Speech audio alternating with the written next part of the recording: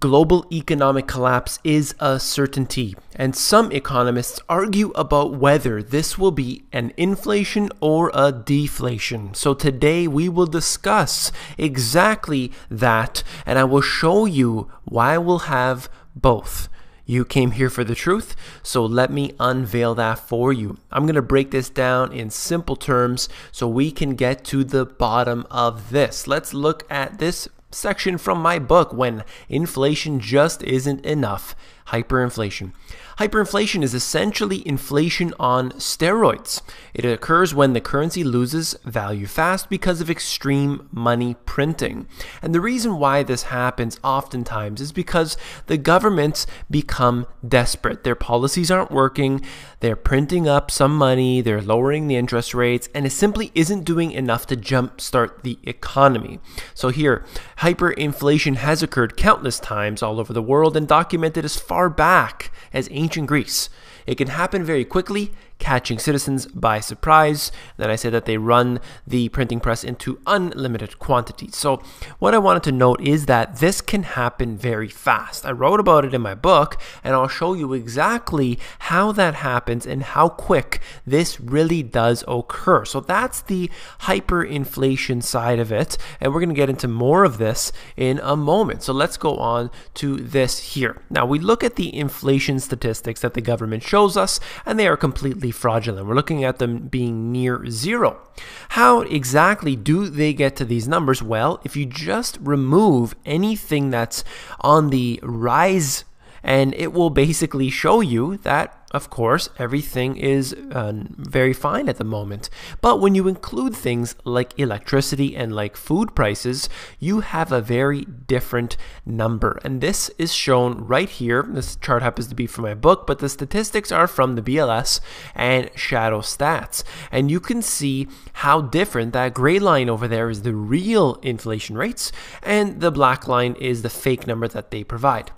So this is looking at about 11% on the inflation rate, and that was a couple years back. But if you were to take these statistics and even look at the current ones, you're looking at practically the same number. And what happens here is that they manipulate the statistics to keep everything downward. So when we need to understand about inflation, it doesn't necessarily mean what the government is putting out there. You need to understand that they play with the statistics in order to keep you subdued so that you're not getting upset. But the way to look at it is most importantly with your food and electricity prices. These are obviously the most essential things that you have that do cost a considerable amount of your income. So something to pay attention to.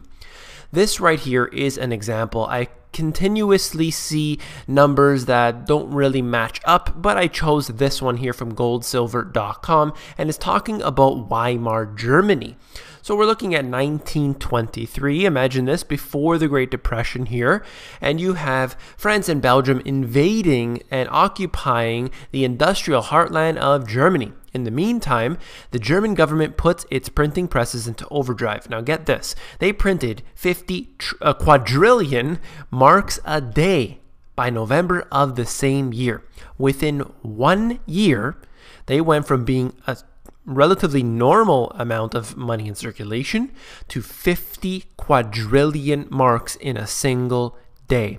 People are wondering why we're not seeing inflation yet, or supposedly not seeing inflation yet. Just wait, because they're going to take advice from the Weimar Republic, and we're going to see quadrillions of money being printed in all of these countries. Look at Japan.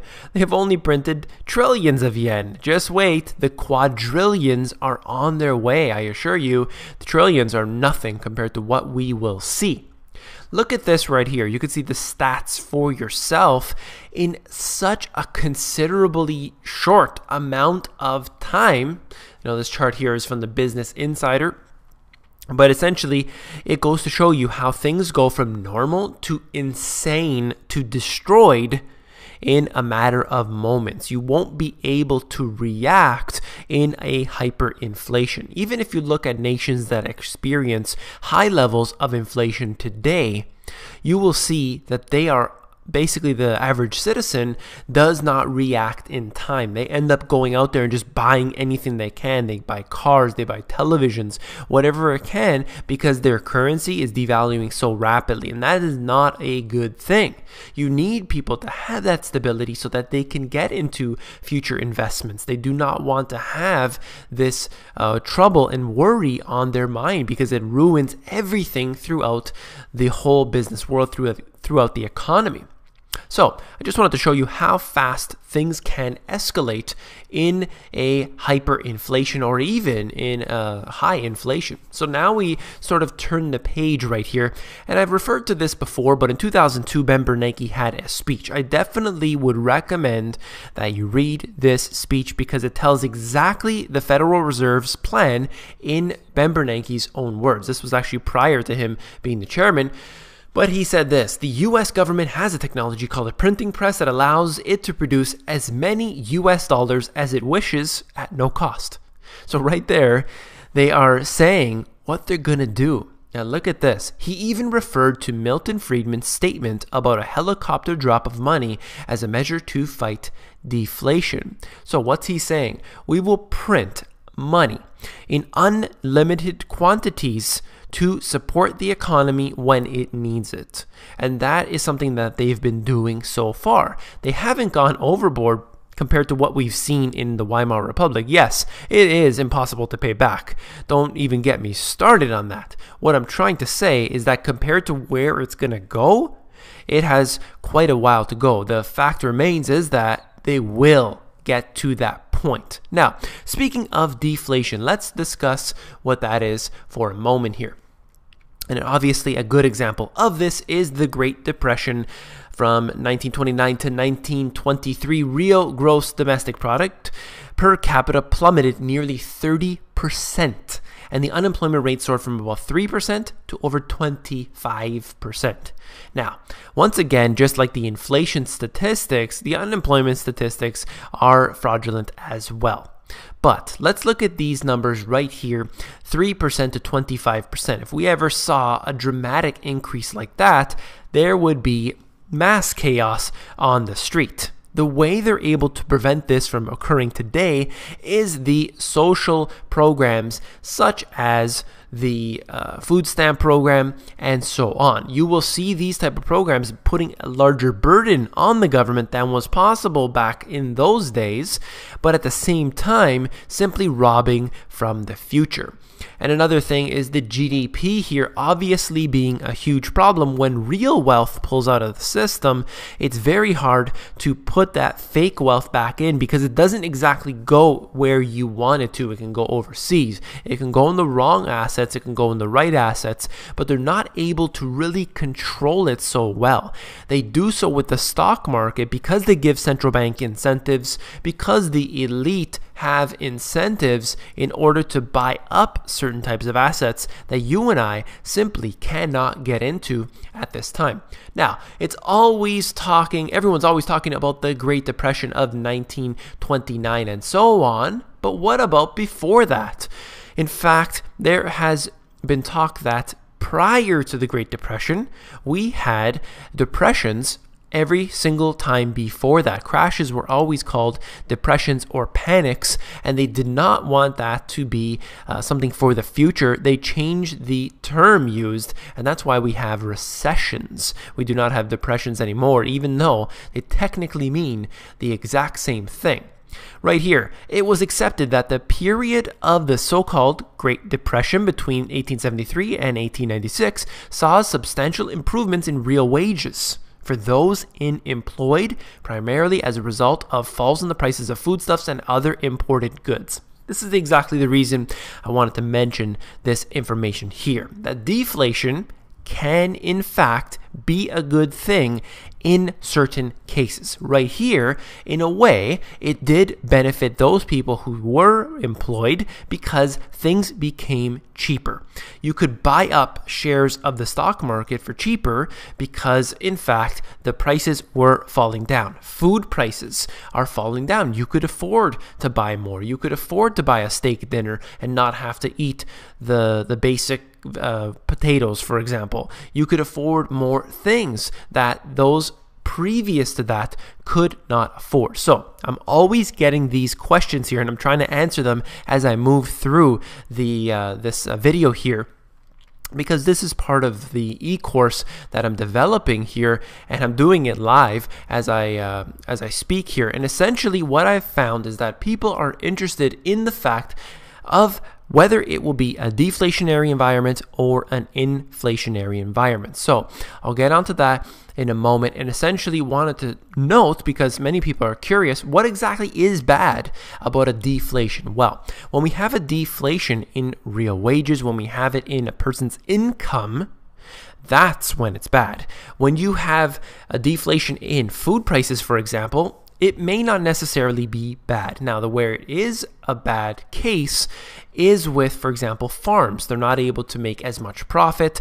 What about the mining sectors and the other sectors like this that rely on high prices in order to keep working? So it is a balance that does form, and it will happen in cycles along the way. However, if they are kept artificially high or artificially low, this causes disruptions and distortions, which will affect people's jobs, their employment. It will affect all the way down the line throughout the economy. The government believes that they can manipulate this up and down successfully. However, that is definitely not the case. Look at this right here. This is the M3 money supply, courtesy of Shadow Stats, and essentially wanted to show you something here.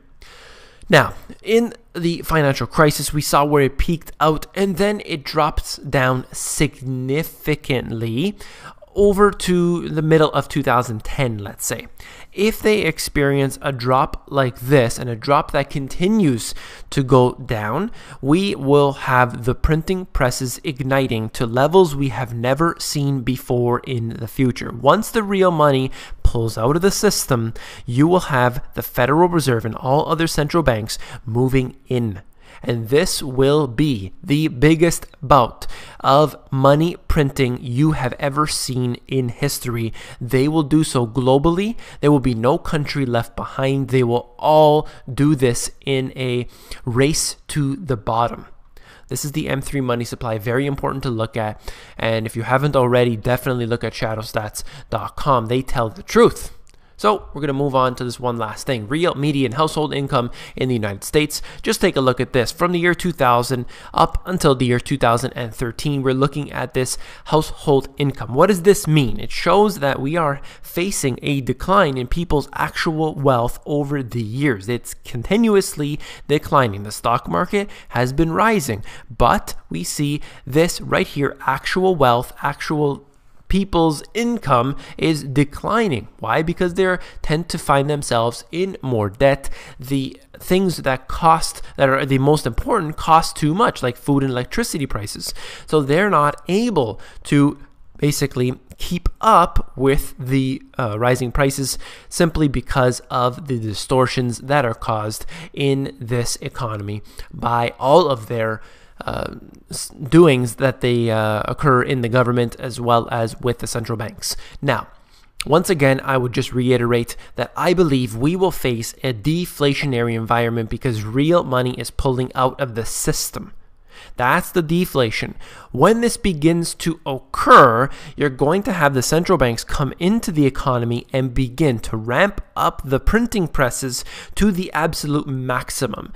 In doing so, they're going to take their currency and they're going to make it into confetti. Now I'll leave that there. What I will add in addition to that is that the governments will come together in emergency meeting where they'll have the IMF and the UN and the World Bank and all of the other technocrats and all the other elite of the world will gather together and they will say, what do we have to do to save the economy? Please give us any answers. The government will come out there and say, look, we don't need our Congress and our parliaments to act. We'll just cite it into law. Whatever it is, we need to fix it. It's becoming a disaster. All countries are falling and there's going to be a hyperinflation worldwide. And they will create a new monetary system. They did this multiple times before. They effectively did it in 1971 with Nixon pulling the world essentially off the gold standard. They did this back in the Bretton Woods Agreement 1944, if my memory serves me correctly. They did so prior to that many times. So what we will have is a similar happening that will occur, and this will be the start of a new monetary system where I believe there will be some sort of currency or some sort of asset backing the whole world's monetary supply. And what that will do is have the technocratic elite in control of our currencies that we use today. See, we'll be using necessarily the same dollars, perhaps digital forms or paper currency. However, we will be backed up, or so they say backed, by this new currency system, for example, like the IMF's SDR, or perhaps they'll create a new one. The fact remains is that the crisis does occur simply because they already have a solution that they want to provide. Sometimes it takes them 50 years, 100 years, or even more to implement it. But as long as they get to that goal, they continue step by step to erode on our liberty and on our sovereignty. And this is taking place right now before our very eyes. The solution is provided, and they are going towards that, taking it step by step.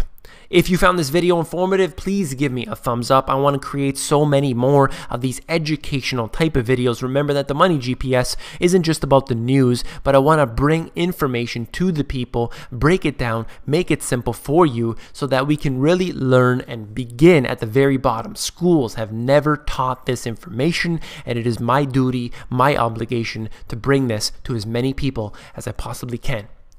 Don't forget to become an insider. The Insiders is where I give out all my best intel for free, and that is available at themoneygps.com. You just scroll down to the bottom, fill in your email address, and you get occasional emails from me with good, short, concise info.